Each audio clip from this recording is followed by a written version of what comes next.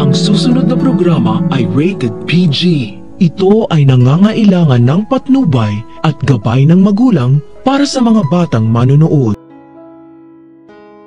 Kahit anong gawing pagpapanggap ni Farah bilang Lucy, makikilala pa rin ng puso't isipan ni Darius ang tunay at pinakamamahal niyang asawa na si Lucy dahil mag-soulmate sila.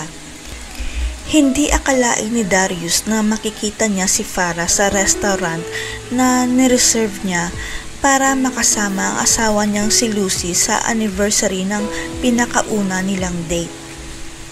Ang hindi alam ni Darius, sineselebrate din ni Farah ang anniversary nilang dalawa dahil napaka-espesyal na araw ito para kay Lucy dahil nakilala niya ang soulmate niya.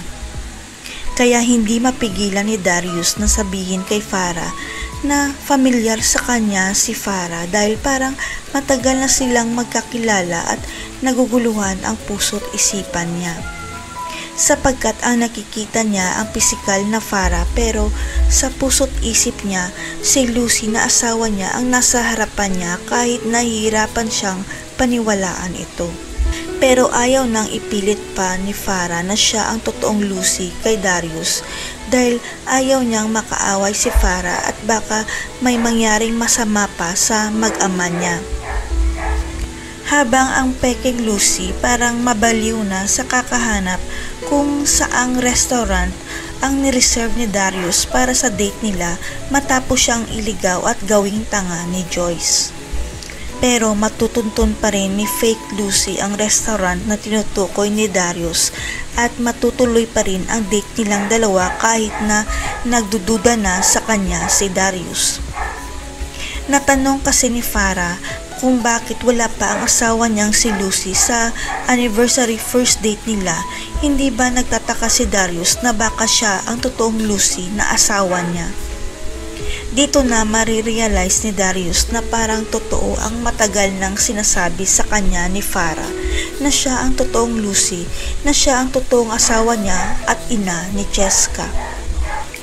Naalala lahat ni Darius ang mga signs na nakikita at nararamdaman niya na si Farah nga ang totoong Lucy dahil may spark sila na biglang nawala sa asawa niya ngayon.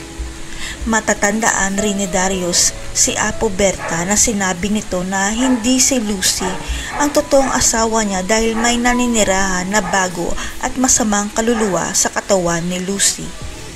Kaya pagkatapos ng date ni Darius at fake Lucy, uuwi sila at kukumprontahin ni Darius ang asawa niya at sasabihin niya, bistado na kita, ikaw nga ang kriminal na si Farah. Tatanggapin na lang kaya ni Darius na nasa loob ng katawan ni Farah ang asawa niya? O hihingi ng tulong si Darius kay Apo Berta para makabalik si Lucy sa katawan niya? Abangan.